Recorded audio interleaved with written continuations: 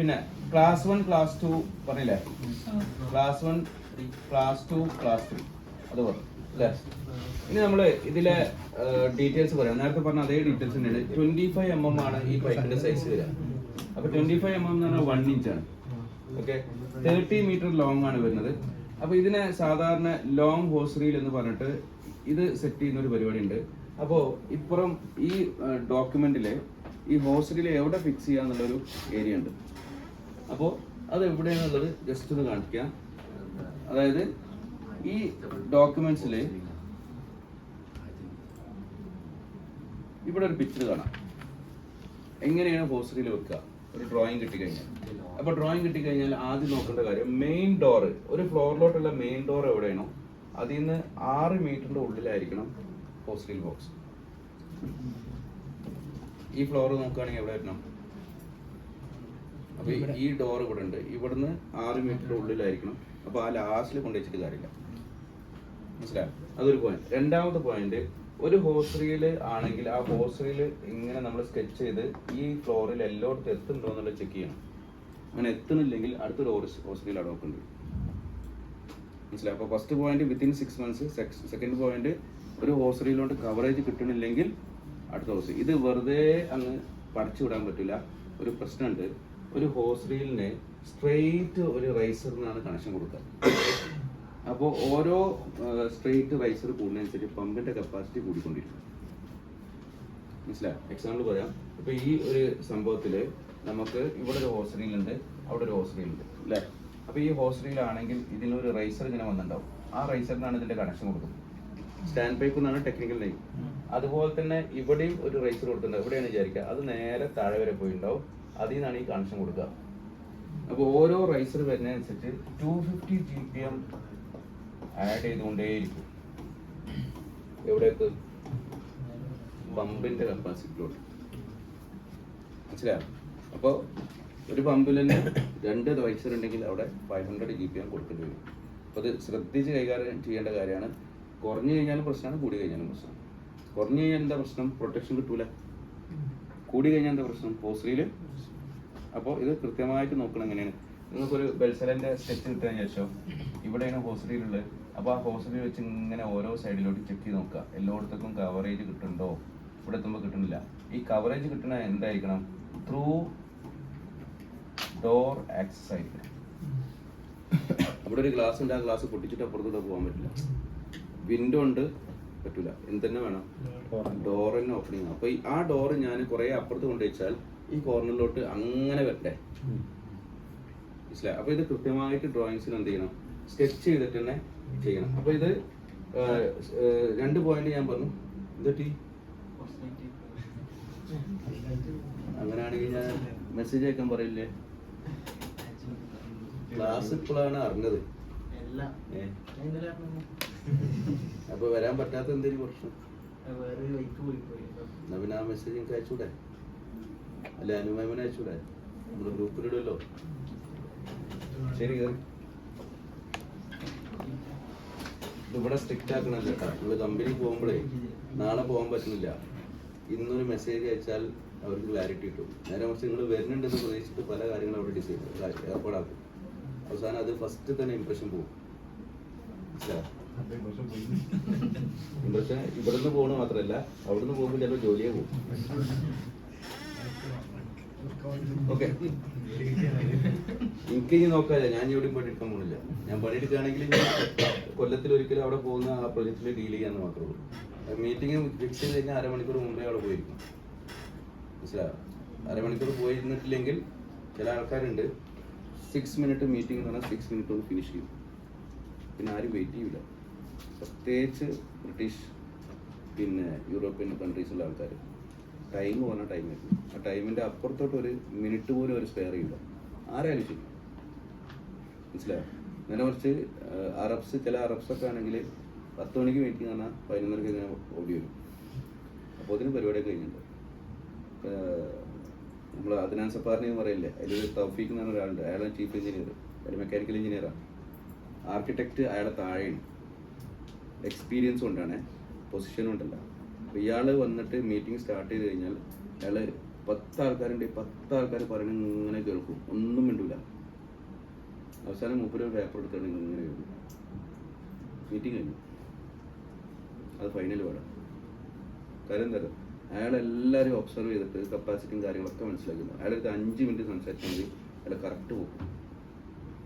ആ meeting കഴിയലും full control അയാളെ കയ്യിൽ വരും. മനസ്സിലായി? അയാൾ എനിക്ക് കുറച്ച് കാൽക്കുലേഷൻ പറഞ്ഞിട്ടുണ്ട്, ആ സമയമാകുമ്പോൾ ഞാൻ പറഞ്ഞുതരാം. 1 മാസം വെയിറ്റ് ചെയ്തിട്ടുണ്ട് ഡോറിൽ. ആ കാൽക്കുലേഷൻ മൂപ്പര് പറഞ്ഞിരുന്നുണ്ടെങ്കിൽ 1 മാസം ഞാൻ അവിടെ വെയിറ്റ് ചെയ്തിട്ടുണ്ട്. എന്നും വരും ഓഫീസിൽ, മൂപ്പര് കമൻ്റ് അടിക്കും, റിജക്റ്റ് ചെയ്യും, പോവും. 2 ദിവസം കഴിഞ്ഞ് വീണ്ടും റിവൈസ് ചെയ്ത് വരും, റിജക്റ്റ് ചെയ്യും, പോവും. 1 മാസം ഞാൻ നടന്നിട്ടുണ്ട്. എൻ്റെ അവസാനം അയാൾ വിളിച്ചിട്ട് പറഞ്ഞു, കുറച്ച് റീസൺസ് ഉണ്ട് അപ്രൂവ് ചെയ്യാത്തതിൻ്റെ കാരണം, അതിന് നിനക്ക് കോമ്പൻസേഷൻ ആയിട്ട് 2 കാൽക്കുലേഷൻ പഠിപ്പിച്ചു തരാറുണ്ട്. മനസ്സിലായോ? വേറെ കുറേ ആൾക്കാർ വന്ന് അവിടുന്ന് ഔട്ടായി പോയിരുന്നു. എനിക്ക് കിട്ടിയ ബെനിഫിറ്റ് ഞങ്ങൾക്ക് ആ 2 കാൽക്കുലേഷൻ പഠിപ്പിച്ചു തരാം. വളരെ ക്രിട്ടിക്കൽ കാൽക്കുലേഷൻ, സ്ട്രക്ചറൽ എഞ്ചിനീയറിംഗിൽ എഫക്റ്റ് ചെയ്യുന്ന സാധനം. ഇവിടെ അല്ല കേട്ടോ, വേറെ സെക്ഷൻ. അപ്പോൾ ഞാൻ പറഞ്ഞു പോകുന്നത് എന്താ വെച്ചാൽ, ചിലവർക്ക് ടൈം ഭയങ്കര ഇമ്പോർട്ടൻ്റ്. ഒരു കേസ് കൂടി പറയാം. ദുബായ് മുനിസിപ്പാലിറ്റിയിൽ ഒരു ആർക്കിടെക്ട് ഒരു പ്രൊജക്ട് പ്രസന്റ് ചെയ്യാൻ പോയി. തൗഫീഖ് എന്നാണ്, അയാളുടെ പേര് തൗഫീഖാണ്, ഇയാളുടെ പേര് തൗഫീഖാണ് കേട്ടോ. ഈ തൗഫീഖ് കോഴിക്കോട്ടുകാരനാണ്, രണ്ടാമത് പറയുന്ന തൗഫീഖ്, മറ്റേത് പലസ്തീൻകാരനാണ്. അപ്പോൾ ഈ തൗഫീഖ് ആർക്കിടെക്റ്റാണ്. അയാൾ ദുബായ് മുനിസിപ്പാലിറ്റിയിൽ ഒരു പ്രൊജക്ട് സബ്മിറ്റ് ചെയ്യാൻ പോയപ്പോൾ എല്ലാവരും 1/2 മണിക്കൂർ 1 മണിക്കൂർ എടുത്തിട്ടാണ് പ്രസന്റ് ചെയ്തത്. മനസ്സിലായോ? തൗഫീഖ് പ്രസന്റേഷൻ തുടങ്ങുന്നതിന് മുമ്പ് തന്നെ കൃത്യമായിട്ട് പറഞ്ഞു, എൻ്റെ പ്രസന്റേഷൻ 12 മിനിറ്റേ ഉള്ളൂ. മനസ്സിലായോ? ബാക്കിയുള്ളവരും ഇങ്ങനെ കഥ പറഞ്ഞു പോകും, ഞങ്ങൾ അങ്ങനെ ചെയ്തു, ഞങ്ങൾ ആ പ്രൊജക്റ്റിൽ ഇങ്ങനെ ചെയ്തു, ഇങ്ങനെ ചെയ്തു പറഞ്ഞ് കുറേ സംസാരിച്ചു. ഇപ്പം 12 മിനിറ്റ്സ് പ്രസന്റേഷനാണ്, 8 സ്ലൈഡേ ഉള്ളൂ, പ്രസന്റേഷൻ ഫിനിഷ് ചെയ്യും. അന്ന് ഈവനിങ് ഇവർക്കാണ് പ്രൊജക്റ്റ് അവാർഡായത്. എന്തുകൊണ്ടാണ്?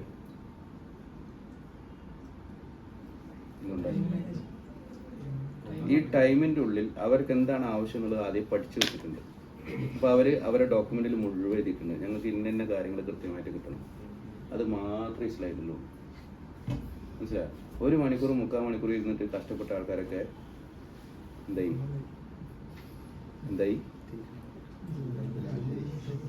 മറ്റേ ആളായി. ആരാ? ഡിഫറൻസ് മനസ്സിലായോ? അപ്പോൾ നമ്മൾ കുറേ ടൈം എടുത്ത് ചെയ്യാന്നല്ല പറയണത്, വിത്തിൻ ടൈം, വിത്തിൻ ലിമിറ്റ്സ് അല്ലേ? നമ്മളെ ലിമിറ്റേഷൻ അനുസരിച്ചുള്ള കാര്യങ്ങൾ ചെയ്യാം. അവന് ഇവിടെ ഓൾറെഡി ബിസിനസ് സ്റ്റാർട്ട് ചെയ്ത ആളാണ്, പക്ഷേ UAE ആൾക്ക് മുനിസിപ്പാലിറ്റിയിൽ ഒരു വർക്ക് കിട്ടിയോട് കൂടി പിക്ചർ മാറി. ഡിഫറൻസ് മനസ്സിലായോ? പ്രസൻറ്റേഷൻ്റെ എഫക്റ്റാണത്. അപ്പം ഞാൻ പറയുന്നത് നിങ്ങൾ ഭയങ്കര കമ്മ്യൂണിക്കേഷൻ സ്കില്ല് അങ്ങനത്തെ കാര്യങ്ങളല്ല, ടൈമിൽ സെറ്റ് ചെയ്ത് കഴിഞ്ഞാൽ റെഡി. അപ്പോൾ ഇങ്ങനെ ഇത്രയും ടൈം കൃത്യമായിട്ട് ഫോക്കസ് ചെയ്യുന്ന ഒരാളെ പ്രൊജക്റ്റിൽ വ്യത്യാസം ഉണ്ടാവില്ലേ? അവരെ പ്ലാനിങ് അത്ര അക്യുറേറ്റ് ആയിരിക്കും. മനസ്സിലായോ? അപ്പോൾ ലേറ്റായി വന്നാൽ നല്ലത്, ഒരു സ്റ്റോറി പറയാൻ പറ്റി. ഓക്കെ, ഇനി എല്ലാവരും അതുകൊണ്ട് ലേറ്റ് ആകണ്ട. ഓക്കെ, ഇത് ഈ പോയിന്റ് കിട്ടിയപ്പോൾ എന്തൊക്കെ പോയിന്റ്സ് പറഞ്ഞു നമ്മൾ? First point, first 6 metre main ഡോറിന്, അതുപോലെ തന്നെ ആക്സസ് ടു ഡോർ ആയിരിക്കണം, അല്ലെങ്കിൽ അടുത്ത ഹോസ്റ്ററിൽ ആഡ് ചെയ്യും അല്ലേ? 25 mm 30 മീറ്റർ ലോ, ശരിയല്ലേ? ഇനി അടുത്തത്, ഈ ഹോസ്റ്ററിൽ ക്യാബിനറ്റിന്റെ സൈസും നമ്മൾ നേരത്തെ പറഞ്ഞു അല്ലേ? 3 കാര്യങ്ങളായി. ഇനി 4ാമത്തെ കാര്യം പറയാണ്, ഈ ഹോസ്റ്ററിൽ നമുക്ക് മിനിമം പ്രഷർ എത്ര, മാക്സിമം പ്രഷർ എത്ര? മാക്സിമം നമ്മൾ ഓൾറെഡി പറഞ്ഞിട്ടുണ്ട്, എത്ര? 12 ബാർ. മിനിമം നിങ്ങളുടെ ഡോക്യുമെന്റ്സിലെ 6 ആണ്. പക്ഷേ നമ്മൾ ഇന്റർവ്യൂവിൽ ചോദിക്കുന്ന ഒരു ക്വസ്റ്റ്യനിൽ minimum civil defence requirement 4.5 bar. ഇത് ഇന്ത്യയിൽ 3.5 ആണ്. ഇന്ത്യയിൽ നിങ്ങൾ 4.5 എന്ന് പറഞ്ഞാൽ ചിലപ്പോൾ തല്ലിട്ടു. കാരണം എന്താ, പമ്പിൽ 1 ബാർ എക്സ്ട്രാ വരിക എന്ന് പറഞ്ഞാൽ ഹ്യൂജ് കപ്പാസിറ്റി എടുക്കും, അല്ലെങ്കിൽ എമൗണ്ടിൽ വ്യത്യാസം വരും. 3.5 ആണ് ഇന്ത്യയിൽ, ഗൾഫിൽ 4.5. ഇനി ഇതിൽ ഒരു 3 വാൽവുകൾ കൊടുത്തിട്ടുണ്ട്. 3 വാൽവ് ഓരോന്നോരോന്നായിട്ട് പറയാം. ഫസ്റ്റ് വാൽവിന്റെ പേര് ഗേറ്റ് വാൽവ് തന്നെ.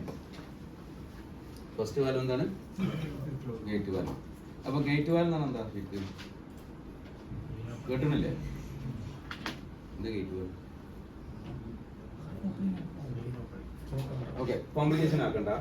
വാൽവുകള് ശരിക്കും ജസ്റ്റ് 2 ടൈപ്പ് ഉള്ളൂ, IV വാൽവും RV വാൽവും. എന്താ IV വാൽവ്?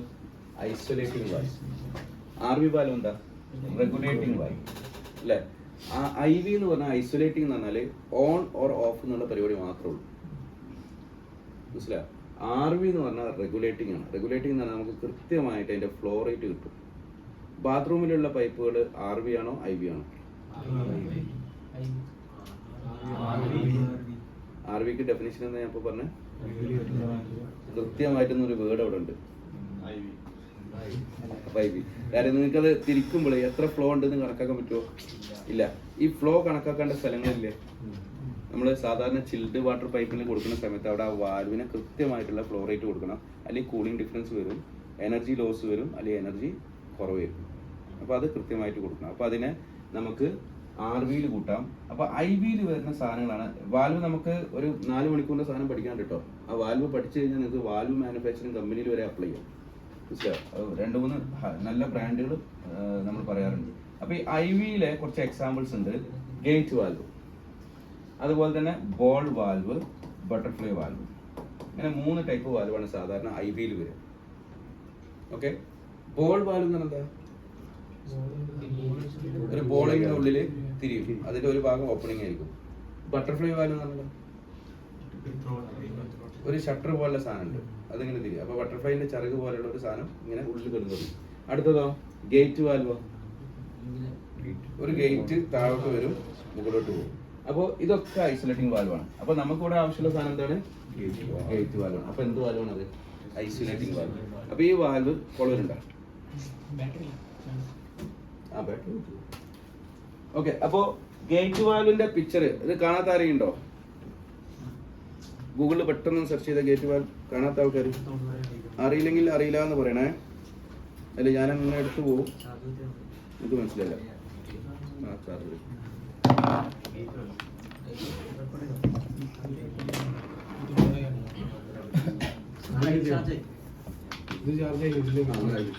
മറ്റേ